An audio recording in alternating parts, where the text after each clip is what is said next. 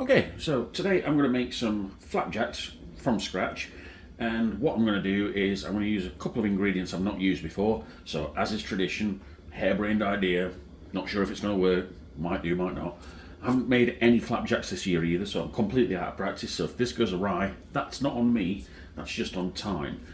And what I'm going to do is I'm going to use a standard recipe that I've used countless times before, but I'm going to introduce something new and interesting, which is over the past 6 months we've had breakfast cereals, which are those tiny little wheat biscuits things, but you often get a lot of leaf trim at the bottom of the bag, which is essentially just the collection of the detritus that comes off the actual things.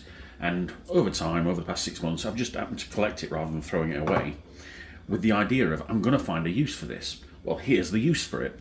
Maybe introduce it to some flapjacks. So I like personally to use Scottish Jumbo Royal rolled oats because they're big and chunky and also give a really nice chewy texture. However, in previous ones, they've been near impossible to cut because they just divide rather than slice. So what I've had the idea of is mixing it between that and regular Scottish porridge oats, because Scottish porridge oats, as you can see, are a little bit more fibrous and dust-like. I'm willing to bet that's going to be like powdered cement to go in with that, and this will also be crispy because it's already toasted, but it'll then get melty. There'll be an interesting dichotomy of flavours, in fact a trichotomy if you will. And so the ingredients I've got are dark muscovado sugar, golden syrup, regular Scottish oats, jumbo Scottish oats, and this leftover detritus. Oh, and the only thing I've done is taken a tray, which is my regular trusty old tray, foil lined it with greaseproof paper, what is it, non-stick foil, and I've also greased it as well because I want it to come out with absolute ease. Now, I've just measured how much this can take. It can take up to 710 grams, as in I just filled it up with water and worked it out from that. So what I'm thinking is about 250 grams of the oat mix, about 125 grams of the butter, and 125, that's 500. That should be more than enough. On a decent amount of that. Oh, a tiny touch of salt as well. Just a little bit of salt. That'll really bring out the thing. Oh, and one more thing. Mustn't forget, I'm going to put some ground mixed spice in it. I've put cinnamon in it before. That was great. Ground mixed spice. You've got clove, you've got nutmeg, you've got cinnamon, you've got all sorts of things in there. So let's give that a go, see how it works out. So, first thing I'm going to do is let's weigh out the butter, and what we're going to do is I'm going to use this lighter spread, which is significantly lighter than the full fat butter that we normally use. But what I also know about this is it's oilier, so there's a lot more moisture content, so I'm not going to use the full amount that I would if I was using butter. So what I'm going to say is 125 grams is how much I'd normally use. I'm going to weigh about 90, let's say 95. Let's see how much that works out at. There we go, 33, 73, 92, that'll do. And whilst we're doing that, we will have the butter, the sugar as well. Add that on top. And about 125 grams of sugar. This is just old Demerara sugar. Should have tared that, but never mind. We're aiming for, what do we say, 90. So that's 207, so that's 120. That's stuff we just put it all in, isn't it? 130 grams technically. And the other thing is 3 tablespoons of this. A tablespoon is approximately 15 grams, and I'm going to put about 3 of those in, so about 45 grams. Let's tare it this time. Let's go with 48 grams. That'll do nicely. Right, let's go over and put that on the heat. I've got the oven preheating to gas mark 5. Most people would probably say it needs gas mark 6, but I'm not going for over toasted here because we've got some ingredients that are crispy and such, so I want them to actually absorb some moisture and be in there for just a little bit longer. Right, now we're here, let's weigh out some of the ingredients. So shall we say, what do we want? we want 250 or thereabouts, 250 to 300 I reckon, because that's 250, that can take up to 700. Right, so let's see what this looks like. Oh.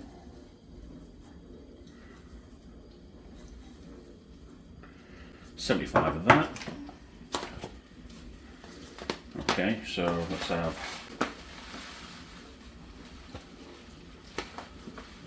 75 of that. Oh, that's going way quicker than I anticipated. Turn that right down. We do not want to burn things.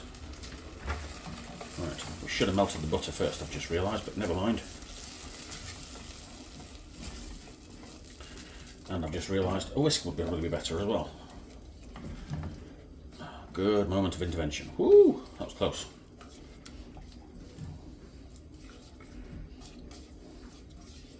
Right, gently melt. Let's just check that that's not smelling burnt, which it isn't. That's two plate over there. Where was I? 118. Okay, that's fine. Oh, add the mixed spice. Let's say about that much, I reckon. And a touch of salt. Just 2 little bits of salt, I reckon. Let's get rid of those things. Don't mess around. Let's just give that a quick mix.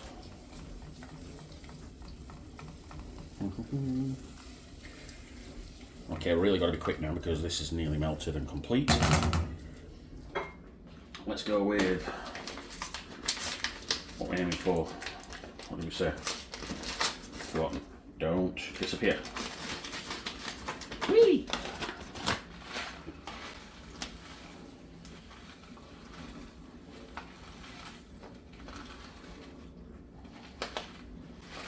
Up to 250 of that. Let's add that to the mix and see what it looks like, because I think everything's melted there. There we go. How are you looking?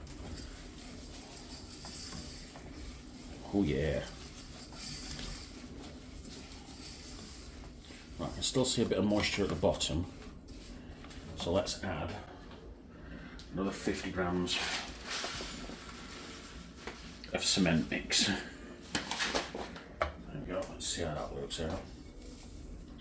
In fact, let's add 30 first and see what we do. Because we can always add, we can't take away. Very happy, in fact. That's delicious. Okay, let's turn that off. Come back over here.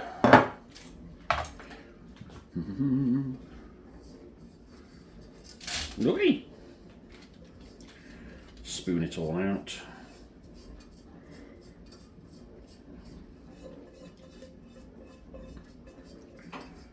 And flatten it all down. Let's go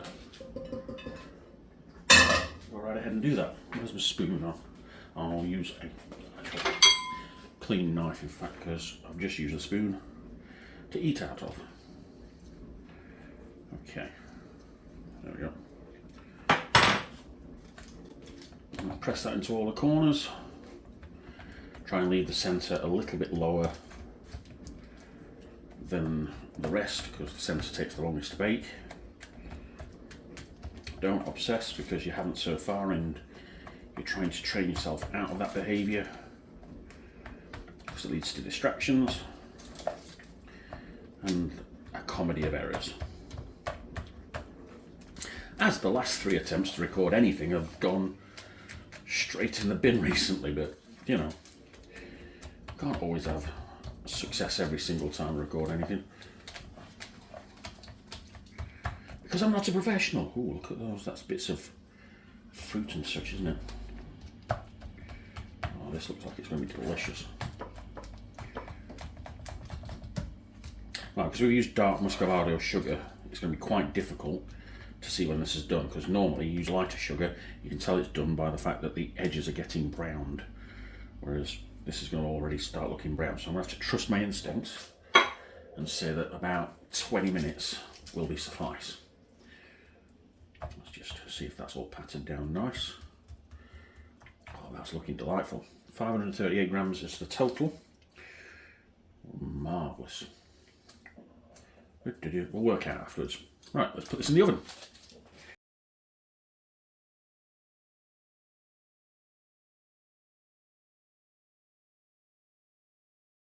Okay, so we're going to finish off the flapjack, and we're going to use some dark chocolate. It's simple, plain, cheap dark chocolate, but it's got 44% cocoa solids in it, so it's got a lovely, rich cocoa content, which is what you want out of dark chocolate. And as I say, it's just because it's baking, it's cheap, it's simple, the most entry level that you've got there. I've weighed out 60 grams, and what I'm going to do is I'm going to microwave this at 20-second intervals with a little hole in the centre and just get it all melted, which I'm probably going to speed up in the edit. There we go. Lovely, absolutely lovely. Yep.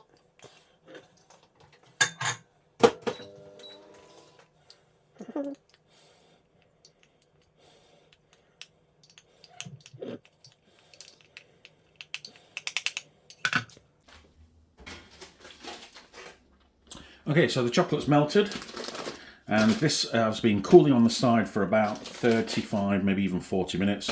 It was still slightly warm, but not warm enough to be concerned with. So what I've done is I've put it in the freezer for 15 minutes. So it's not frozen, but it's cold. Now, what I'm actually going to do, there's a chopping board under there to protect me from wrecking the side, and I'm going to see about cutting it and then chocolating it, because I've chocolated it before, but all that did was glue it together and make it harder because I've only let it set. What I'm going to do is just leave this to dry once it's actually been cut. So nice sharp knife.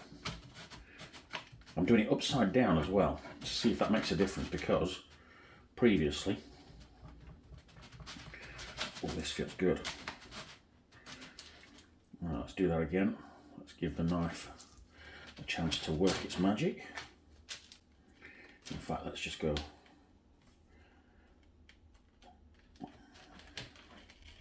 Oh, that top's crispy. Nice. Bottom's gooey. That's good. Right. Yeah, let's see if we can get 5 out of it. So let's do 10s. Upside down, yeah. Let's do that. Let's not lose complete momentum. So 1 cut there. 1 cut there. 3 and to the 4. I hope this is successful, because this looks far too easy in comparison to the mess that I've made in previous ones. Let's go with the same thing again. So 1,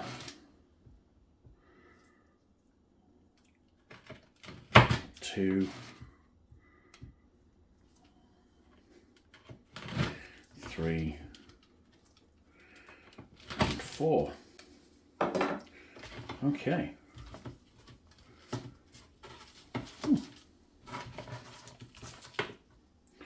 Turn them right around.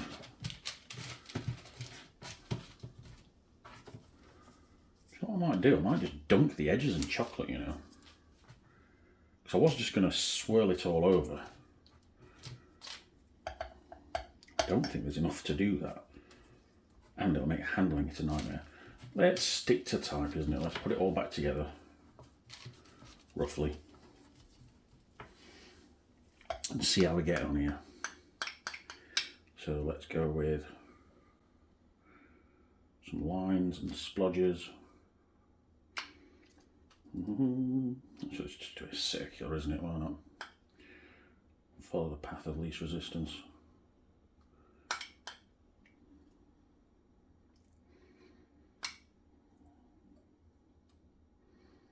There we go.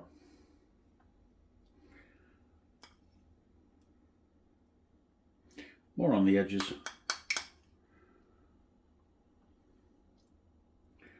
There we go.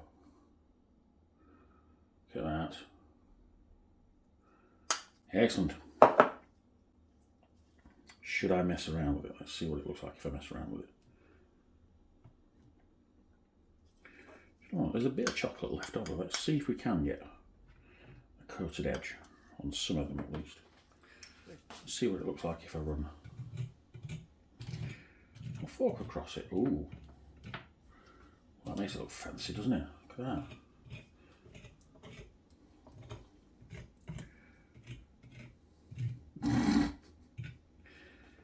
Oh, that's so much I might actually do on those bits as well.